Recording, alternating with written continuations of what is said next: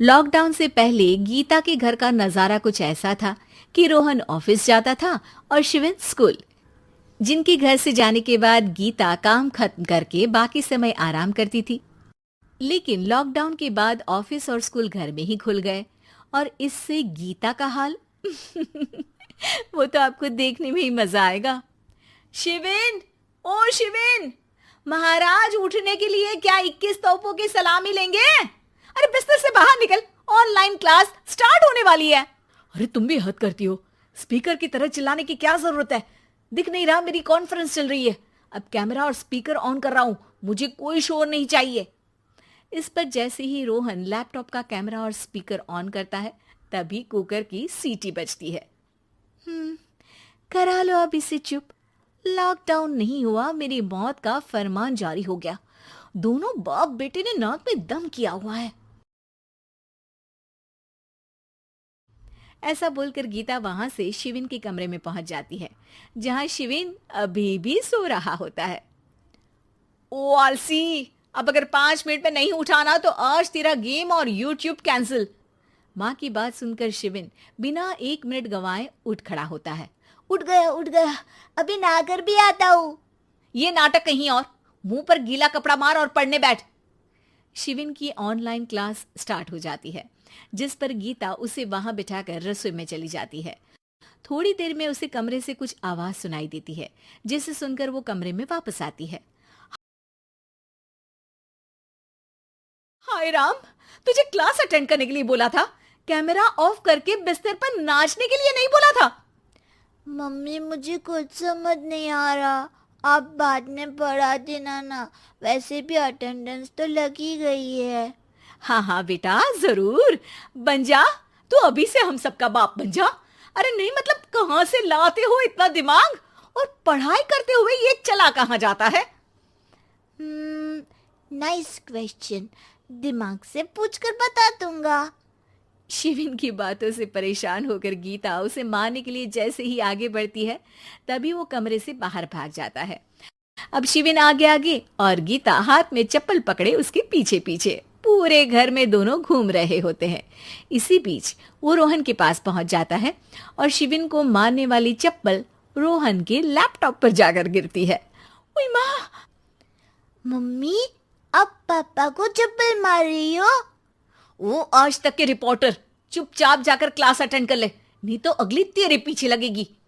इस पर शिविन वहां से चला जाता है, जिसके बाद रोहन गीता से कहता है, इस सर्कस के लिए कुछ बोलना चाहोगी?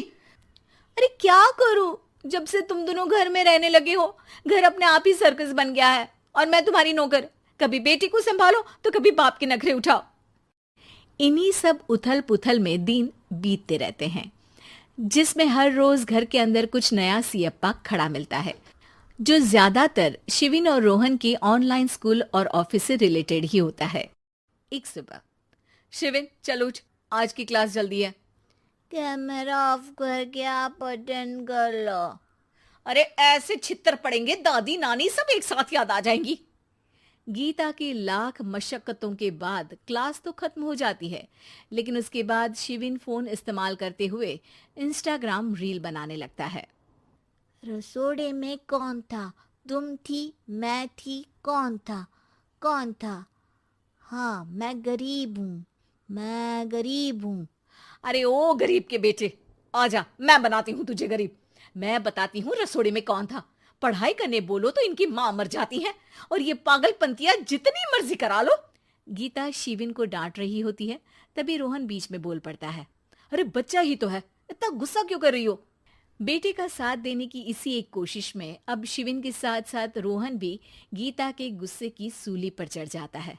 अगर बेटे पर इतना ही प्यार आ रहा है तो इसे क्लास अटेंड क्यों नहीं कराते, इसका होमवर्क क्यों नहीं कराते? उस समय तो बहुत जल्दी मीटिंग आ जाती है, वो काम मैं करूं और यहाँ इस बेफिजुली की चीज में तरफदारी करके बन जाओ महान। हे भगवान, कोई तो इनके ऑफिस और स्कूल खुलवाओ, मैं इन्हें और घर में नहीं सह सकती। अरे कुछ और मांग लेती, क्योंकि तुम्हारी ये विश इस साल तो पूरी होने से रही, कोरोना। हाय नास पिटे ने जिंदगी ही बर्बाद कर दी। खाए कोई पचाए कोई, कल मुझे चुन चुन कर सबको मेरी बद्दुआ लगेगी। उन्होंने दुनिया का और इन बाप बेटे दोनों ने मेरा जीना मुश्किल कर दिया। गीता वहां से चली जाती है। जिसके बाद रोहन शिविन से कहता है, अरे तुम्हारी मम्मी इतनी भड़की हुई क्यों है? आपकी वजह से पूरा समय घर में रहते हो और उस पर कोई काम कराने की जगह बस ऑर्डर देते रहते हो। अच्छा बेटे, सारा इल्जाम मुझ पर, पूरा दिन तो वो तुम पर ही चिल्लाती है। हाँ, मतलब दोनों का 50-50 है, कुछ करना पड़ेगा। वो कहते ना, make the best out of worst. I have an idea. वैसे तुम्हारी माँ सही कहती है, बहुत जुबान चलाने लगे हो, कम बोला करो।